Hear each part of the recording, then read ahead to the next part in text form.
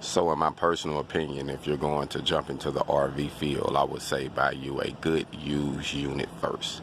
That way you can learn the ins and outs of the RVs, because there's so many different models and there's so many different ones to stay away from.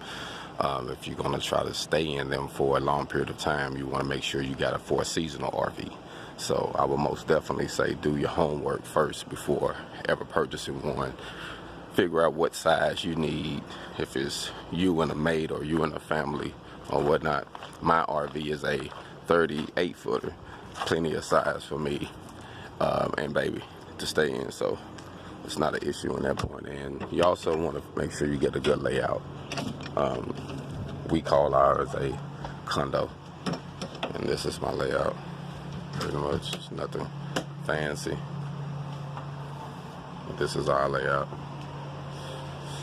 And like I say, I like our RV, and you want to do some research in what you get, because you can get some good deals. Like I said, we got a fireplace in this one, and we did our own little changes and added our own little furniture, and you know, so you can do a lot of different things with your RV. So keep that in mind. If you want all separations, like we have the shower area, you know, to clean yourself up and shave and pamper yourself, and then you got the bathroom area.